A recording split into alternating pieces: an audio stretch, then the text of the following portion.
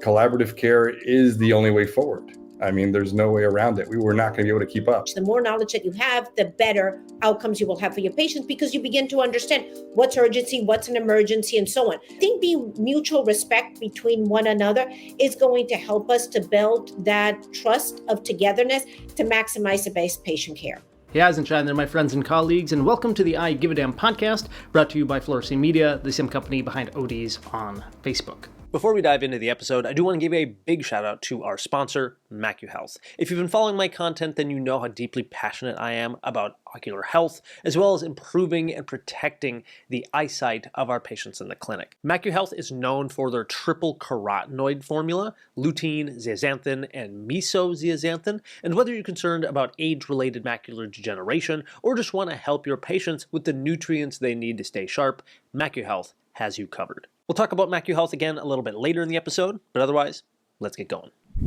Now, before we begin today, I just want to mention that I have been looking at the channel statistics, and it shows that the vast majority of our viewers and listeners have not subscribed to the channel yet. And all I ask is that if this podcast has brought you some value and you're enjoying it, please do us a favor by subscribing to the channel, because it really does help us out. And the bigger the channel, the bigger the guests.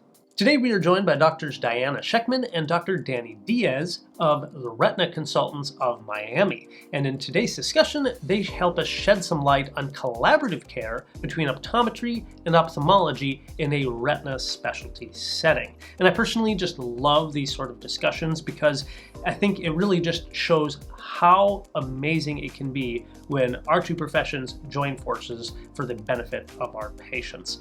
So, I'm really excited about this episode and sharing with you guys, so please hit those like and subscribe buttons. And here we go with Dr. Diana Shechtman and Dr. Danny Diaz. My name is Diana Shechtman, and I have the pleasure of practicing with this wonderful doctor, Dr. Danny Diaz, at Retina Consultants of Miami here in Miami, Florida. And I'm Danny Diaz. I'm a medical and surgical vitreoretinal physician practicing down here in Miami, Florida. I opened up my practice about almost 2 years ago now, and have also had the pleasure to work alongside Dr. Diana Shechtman, who joined us a few months ago. Well, congrats on making that leap, opening up your own practice, and congratulations to you, Diana, for going along with them. So with your practice, well, tell me just a little bit more about it. Like it sounds like, you guys are doing mainly retina things. Do you typically see a lot more AMD? Do you do a lot more just emergency care if someone has a vein occlusion?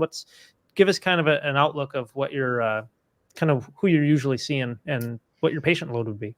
Yeah, Miami, Florida, I would say diabetes is up there. It's very prevalent. MD, of course, is going to be bread and butter, as well as RVOs. But I would say a large portion of my care is catered towards diabetics.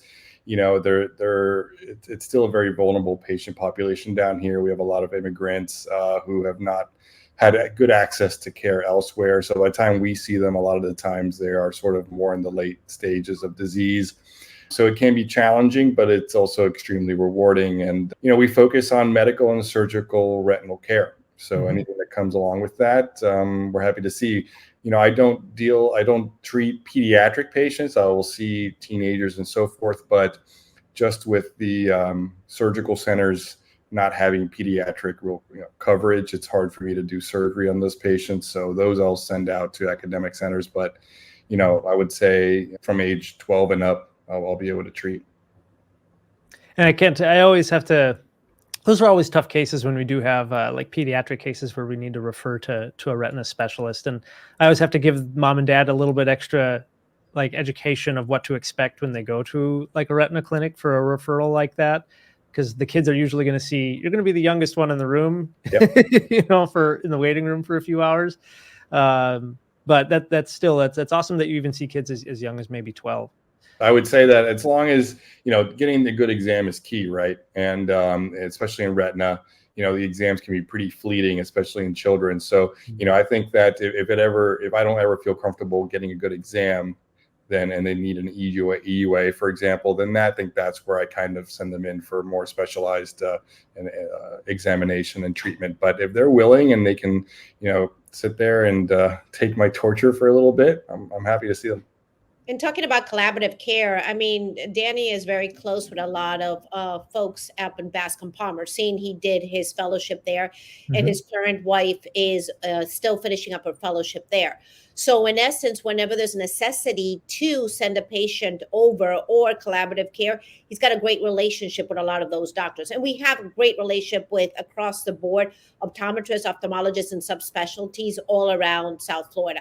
So we have that collaborative care, and it kind of goes into the same perspective of collaborative care.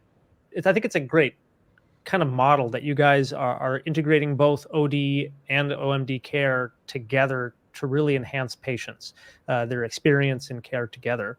In your guys' Clinics, I perspective, think, do that, Joe. I think some of the best clinics do that. Even Bascom Palmer has quite a bit of ODs and MDs, even within the ER department. In clinics like Omni, for example, or in Georgia, most of the well-known renowned have ODs and MDs, even with subspecialties within the same clinic. Yeah, and that's kind of what I've had a chance to kind of discuss with a few other ODs who work in those sort of in those spaces. And I always think it's fascinating because I think in most OD schools, a lot of doctors don't maybe think that they can kind of work in that subspecialty of retina. So in your guys' clinic, can you kind of paint a picture of what your guys' care is like on a day-to-day basis, like how you guys work together? I have a great case I can actually initiate, and you know exactly which one I'm talking about, Danny.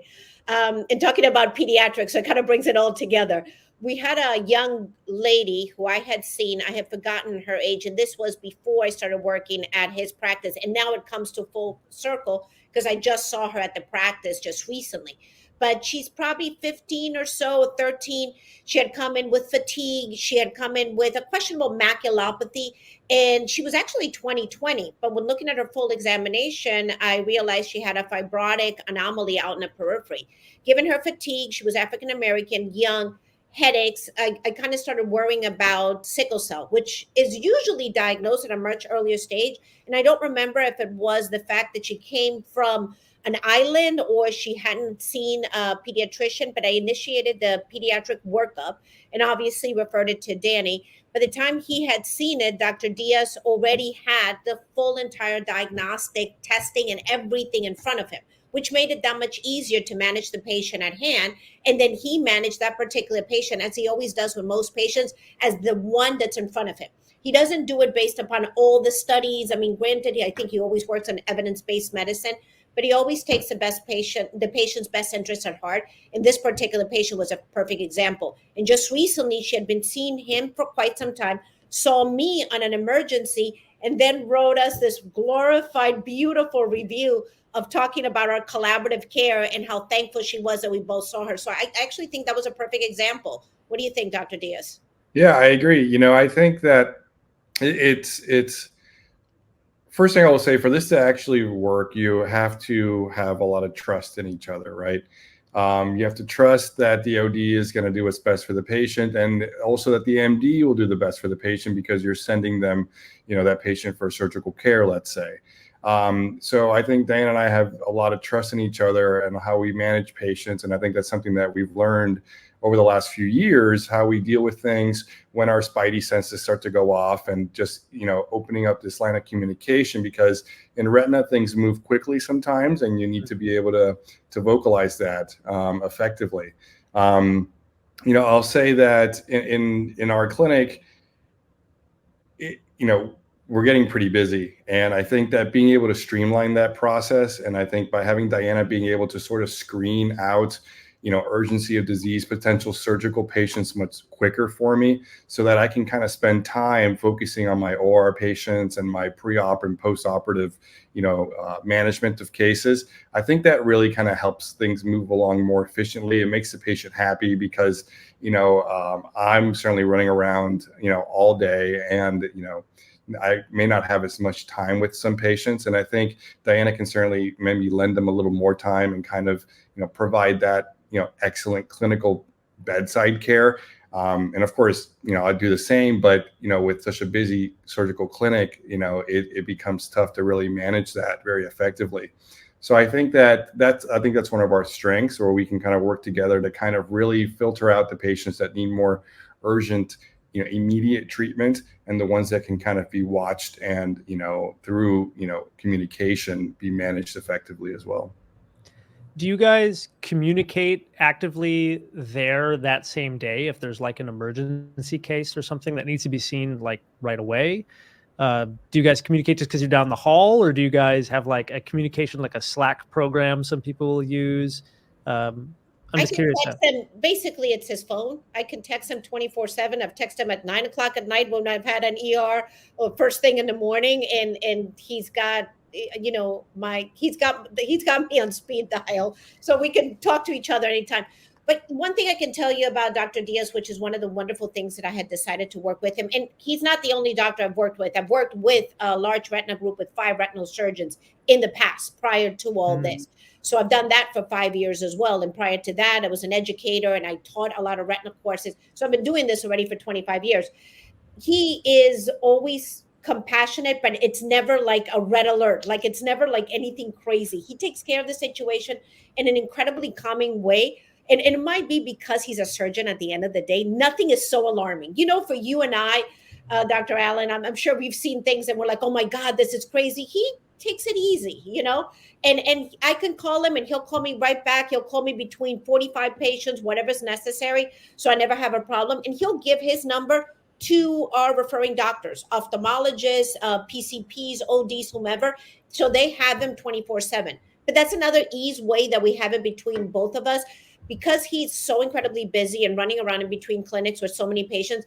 A lot of doctors, even MDs, have emailed me or text me to expedite the referral. And oftentimes, if the front desk sometimes may potentially not be aware of an urgency or an emergency from a doctor's point of view, I'm able to help expedite that situation as necessary. So I think that also helps to get the patient to the right management as quickly as possible without feeling uncomfortable. You probably feel more comfortable sometimes to call me than calling Dr. Diaz about a case. So we can discuss it further and then put it through. So I think that's also helpful as well. Yeah, I can see where there may be a different comfort level with like another OD wanting to talk with you, Diana.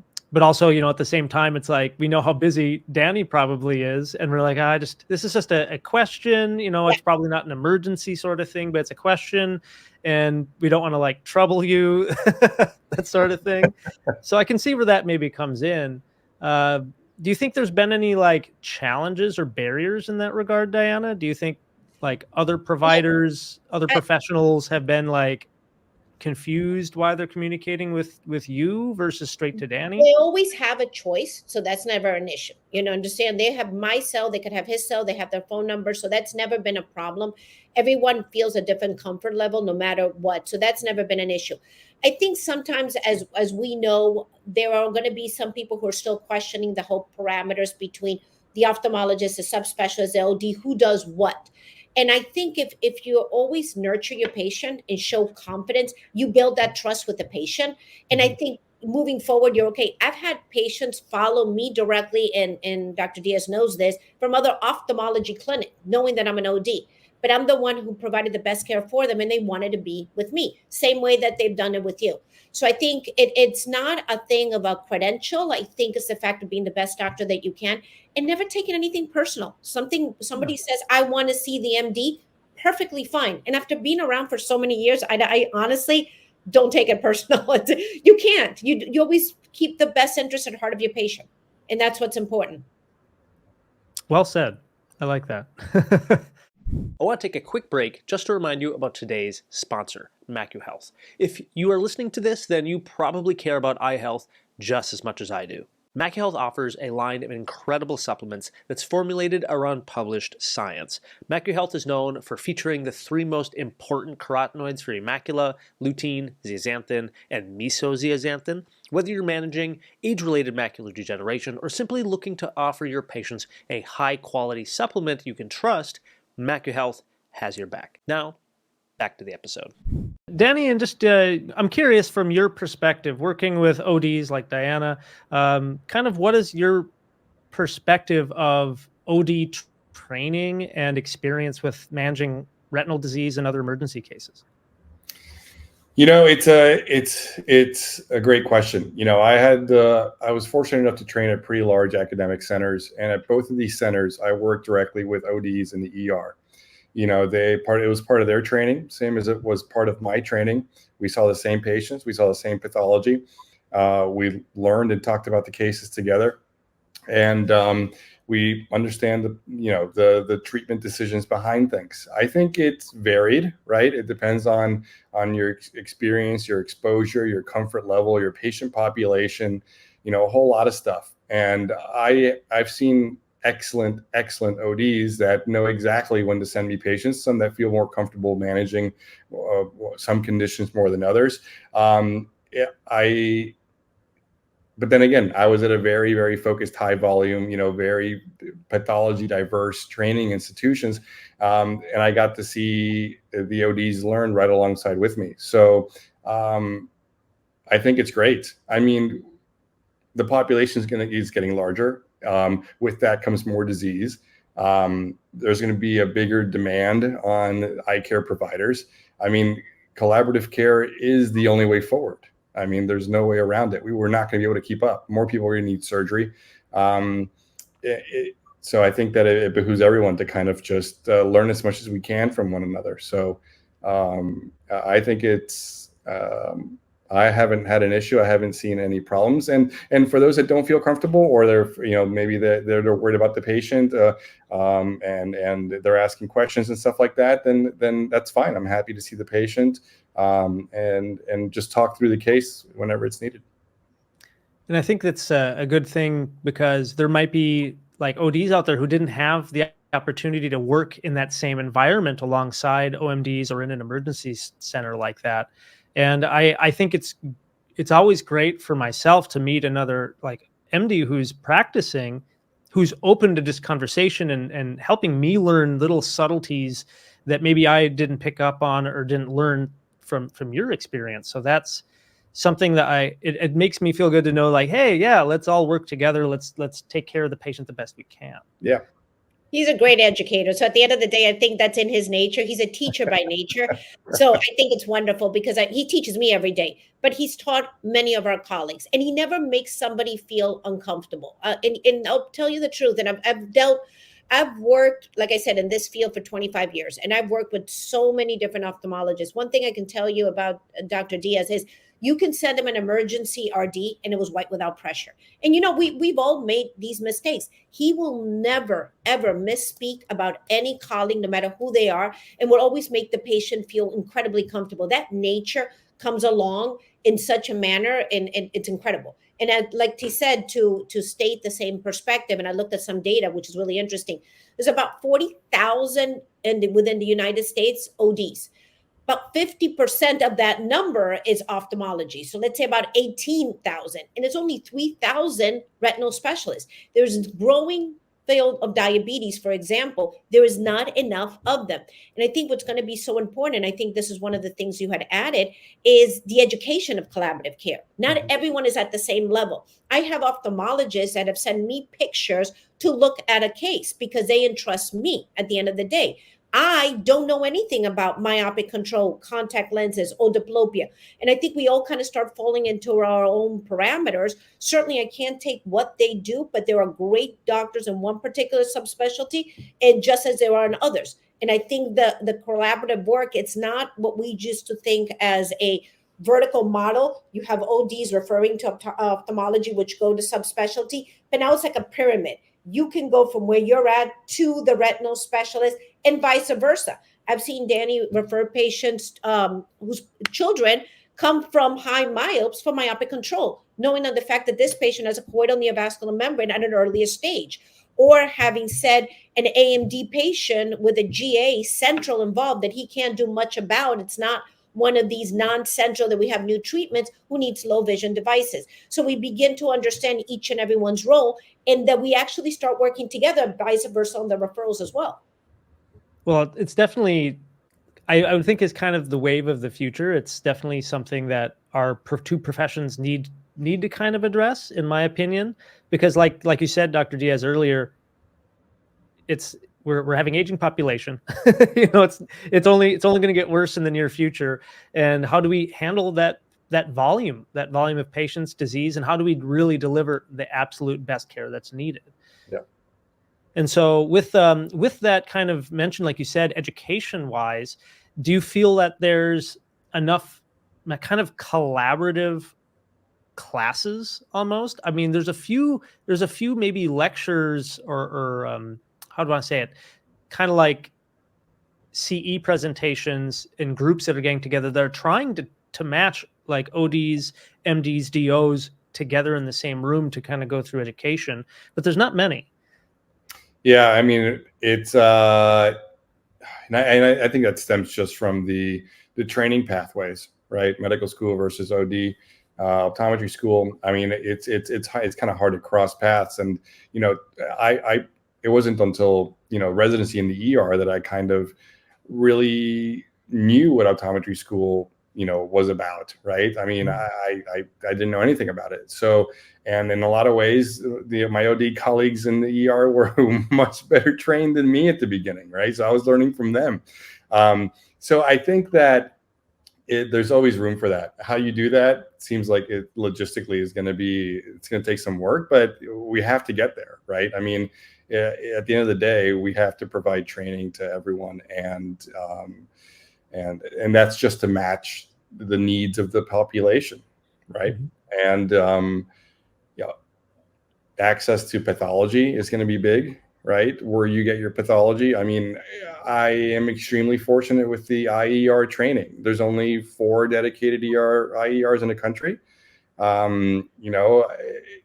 Otherwise, you have to go to a regular ER and kind of sift through things with, maybe subpar equipment, not built-in lanes, et cetera, et cetera. So you kind of have to work harder in that situation. So, I think that there's a lot of work to be done there, but I think it's doable.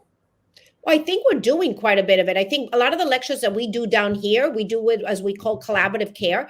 So we kind of try to educate our own OD colleagues on early diagnosis and management, including some of the newer treatment options, which they may not be aware, and diagnostic modalities or subtle entities that may be associated with something that's got a more grave or quicker prognosis. And it could be across the board on anything. It doesn't necessarily have to be retina per se. Mm-hmm. And the better outcome relies upon the fact of having more knowledge. The more knowledge that you have, the better outcomes you will have for your patients, because you begin to understand what's urgency, what's an emergency, and so on. Something sees a bloody retina, they're going to be scared and refer it over. But let me tell you, people have missed small melanomas and called them a nevi and brushed them off. So I am more concerned to making sure that people kind of see some of the subtle changes that could potentially lead to problems, rather than, a big RD that's already taking over the macula. That's a pretty easy diagnosis, but a small one out in the periphery may not be. So these are things that I think we're trying to collaborate from. And I think Danny and I are doing a couple of upcoming lectures that are part of a sequence of collaborative care webinars. So they're going to be every Tuesday, and we're going to do in collaborative care. It's going to be an OD and MD talking to each other and how we refer back and forth, which I think one of the questions that you had, which I actually, and I know Danny will make fun of me on this one, the importance of communicating between each other. And my abbreviations, you and Dr. Benicasa always make fun of my abbreviations. I think that's important. Even with EMRs, if you have to share what some of your abbreviations are. No, I think he's still trying to figure them out. And then he was talking to another colleague of ours that we work with, who's general ophthalmology. He's like, "Do you know what Diana's like D/C is all? Because I'm not sure what it means." So I think communication is key. I think understanding that he may not be aware of my communications or what's inside my head as I write this information down, and he's going to be the treating doctor. So I think for all of us, I think making sure we write as much as possible to give that clinical history is really important. And that could help set the patient up, even from an education. And I'll tell you the truth, if I've had a patient with wet AMD, and I know that Danny's going to inject them, by me preparing that patient and the patient being aware that they're going to get an injection when they see him, it's so much easier to get through it. Those initial patients that he has had with the whole apprehension with needle on the hand, it's a hard convincing aspect. So I think it does help us to educate the patient, to making them aware what could potentially be the managing option when they get to the subspecialty. Right. You've already laid kind of the groundwork. You've taken a lot of the shock factor from the patient just being confused of what's going on. And that just makes it streamlined, makes the day a lot easier for you, Dr. Yeah, Diaz. yeah, definitely. With, I was going to ask kind of about, I was just going to comment on the education component, because I think it's really valuable for myself to even hear from lectures from ophthalmologists, like in the retina space, because if there's a new procedure, if there's complications, like subtle ones, maybe that I'm not super familiar with, because a lot of times I'm still doing the routine care maybe for that patient while they're still seeing you for everything else. And so it's like, I want to know what's going on. If I see something that I've never seen before, I want to, like, it's good to have that information and that insight from somebody who's seeing it over and over and over every single day, all day long. Yep. So I think that's just really good knowledge to be sharing. Yeah, and going back to what Diana was saying, we are holding a lot of lectureships down here, and I think that's also key. It'd be nice to see that starting earlier. You know what I mean? Like it's great that we're doing it now. And we also have a lot of OD students come to these, right, Diana, which is also pretty amazing as well, because you want to get that collaborative stuff started from the beginning, right, and not just separated from like optometry school and medical school. I mean, we're all eye care providers, and with that comes seeing and learning as much as we can from one another. So I think that that's one big positive thing that I've seen from us, doing all this down here. Just the amount of interest from the optometry students being there and just being really involved. And Dr. Diaz, if you don't mind me asking, from your perspective with all of your colleagues in ophthalmology, what is their sort of perception of like working in collaborative care with ODs within the same clinic? I think they all do. Well, I mean, if now, granted, retina is very unique, right? Mm-hmm. I mean, like you mentioned earlier, I think it's a lot harder to find this sort of makeup that Diana and I have here. But I think ODs, from my understanding in sort of the general and even the refractive world, it's already been baked in, right? Mm-hmm. Management of post-operative, refractive cases and cataract surgery. I mean, and it goes down to focusing, I guess, where the strengths are at, right? The surgeon operating and doing cataract surgery is what they want to focus on. So being able to streamline that and managing the pre-op and the post-operative care in an effective way is just going to be better for everyone. So I think that from the retina perspective is new, and I think it comes down to comfort, like we mentioned before, mm-hmm. right? Diana is very comfortable seeing a retina case in front of her and knowing what the next steps are. And she's done this for years, but maybe someone else, not so much. So I think breaking into that retinal world might be a little more difficult in that sense. But, I mean, I can't speak too much about the refractive and comprehensive world, but it seems to me like they've already done a much better job at that. I was going to ask Diana, like, again, you've been working in retina for, like you said, what, 25 years? Yeah. So I guess for 12, 13, 14. I'm just thinking from for a long time. I'm just thinking of a perspective. If I was like a young grad or maybe just a few years out and I really found a passion in retina, or if maybe there was a student who's thinking, hey, no, that sounds awesome. What kind of recommendations would you have, Diana, for those young ODs who would love to maybe work in a collaborative care environment, specifically within retina? I think like Danny said, retina is a little more difficult. And I think it's got to be, my role came upon very differently. And there are definitely people who've been doing this even actually longer than me. There are some docs in Seattle. Mo Raffatari has done it with Steve Charles, who's incredibly well known for many, many years. VA, Steve Ferrucci does it all the time down here, Tim Murray, the Bascom. So it's been done for, sometimes it's just more wider spread, if you will, rather than concentric, like the collaborative care in cataracts and refractive. The thing with me fell differently because of the fact that I always wanted to better myself. So when I was at the university, I taught different perspectives within the clinic.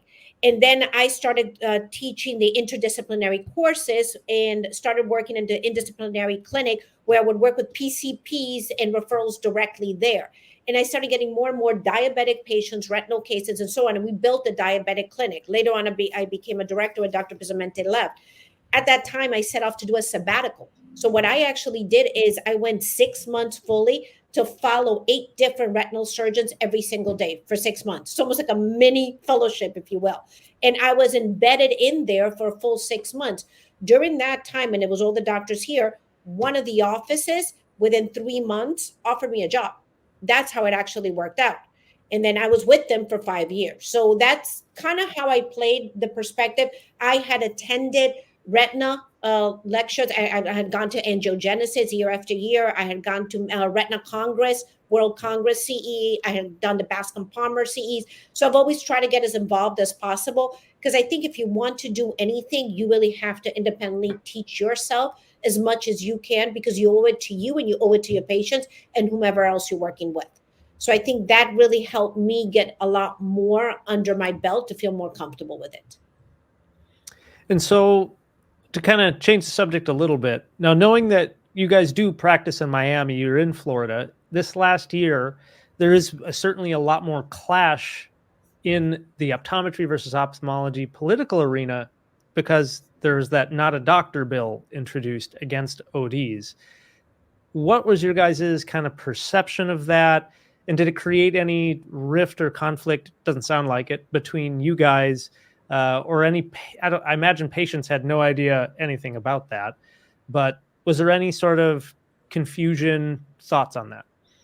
I mean, from my, personal view, I didn't feel any tension at all. But then again, I think I have a good relationship with my, OD colleagues. And, I've made it pretty clear from the start, how I feel about the whole situation. And I personally I never had a patient bring anything up to me. So I really don't know how far out there it got. But, from my perspective, I think Diana, you reached out to me and had me and providing me with the information to the local governor to kind of send them a letter and so forth, which I immediately did as well. I personally didn't feel much tension, but Diana, you're definitely more in the heart of it in the OD world. So both bills had no problem. It was done. And we had a lot of outreach from many medical doctors, especially those who knew us. At the end of the day, I don't think it really changed us, and definitely personally not me. I don't think, because it doesn't change who I am. And as a care provider, I still cared for my patients and they still respected me. Our colleagues respect me. So in my perspective, it didn't really change what I did or how I practiced. And even if tomorrow they said, and it wasn't really a doctor, by the way, just to set the line straight, it was a word physician. It didn't take away the doctor perspective. And I personally think that even if it went through, it wouldn't truly change who I am. If I were to have to call myself doctor and not physician, or physician and not doctor, whatever it may be, then in essence, I don't think it changed who I am. And at the end of the day, it didn't go through on both occasions at hand. And I think that we had a lot of outreach across the board from both patients, colleagues, MDs and ODs alike. And I think it's just been a topic of discussion for the last year, maybe year and a half, especially after it's kind of gone through twice now. And it's kind of a topic that's coming up in other states. Certainly the political clash between our two professions is always kind of a tough or weird subject to talk about. But I'm just curious about your guys' outlook, being that you guys have worked together for so long, and just the perspectives of how do our two professions come together and really try to resolve things so that we can take care of patients to our best ability. I think it goes back to the hard numbers, like we talked about earlier, right? We're dealing with more and more patients, more and more disease, and we don't have as many providers as we probably need for this. So co-management and collaborative care is going to be the only way forward. And it's either going to smack us in the face, or we, like you said, become more efficient at sort of working together to kind of build this sort of foundation for the future so that we can actually, meet that patient demand. So I think, whatever clashes might be going on, I think at some point we're gonna have to just deal with it. And I think it's going to start at the ground level, teaching the ODs and the MDs together, putting them in the same room with patients. The ER is the easiest and most obvious place that I personally can draw back on. But whatever case it might be, whether that's the teaching institutions talking to each other and kind of creating these, clinical courseworks and clinical environments where we can bring in both routes and kind of have them exchange ideas and learn from one another. It has to start there. You can't start towards the back and go forward. I mean, it has to start at the initial stages of learning. And to add to that, I understand their thoughts. I think it's also in part maybe not understanding each other and each other's role. Danny even said it. I had no idea what an optometrist did, and so I started working side by side. And I may not have known what a neuro-ophthalmologist did in and of itself. Mm-hmm. So I think we need to try to understand and respect one another. And when I send something, even to my own surgeon, who I know what he's going to do, I never tell the patient he's going to do this. Because then when he goes in and he doesn't get that done, the patient's like, well, I was told, and I've been seeing my doctor for years, and you were going to do this and you didn't do it. So you also have to be respectful that if you're sending something to a surgeon, the surgeon is going to apply their own protocols and their own management plan. So I'm going to send you to the best person I know so they can take this care further, because this is outside of my scope of practice, or I don't feel comfortable, or I don't have the right diagnostics, whatever the case may be. So I think being mutual respect between one another is going to help us to build that trust of togetherness to maximize the best patient care. And I like that, Diana. I always try really hard in my own practice to kind of amp up that the surgeon, they need surgery. And the surgeon went to school for a long time to be very good, like one of the top in the world. If they weren't that good, they wouldn't be allowed to be doing this. They wouldn't have made it this far. Yeah, I always give that sort of like, no, they're going to be taking good care of you. But when they're everything's set, I'll be able to help you back, and we'll work as a team. So I think well said. So yeah, going forward from here, you guys are going to be doing lectures together. Is that mainly just going to be in Florida, or will I see you in other states and other programs throughout the country? We got some webinars going on. We're actually going international, but we got some webinars going on that are going to be United States and Canada, and then we're taking, and it's not just, Dr. Diaz and I is just an example. I actually work in part with, Jen Lowe. And Bill Troutler. So I work with Jen as well. And we work collaboratively across the board with a number of different ODs and ophthalmologists down here. So a lot of these CEs will be having to play in that. And down here for other lectures, we're really trying to span, even within the university, trying to expand this OD, MD kind of collaborative work. So we actually begin to truly understand and respect one another. So you will see us, but I think you're going to see a lot more of these coming forward. Well, I really can't say thank you guys enough for spending some time out of your evening to talk with us about collaborative care, what you guys have been working on for years.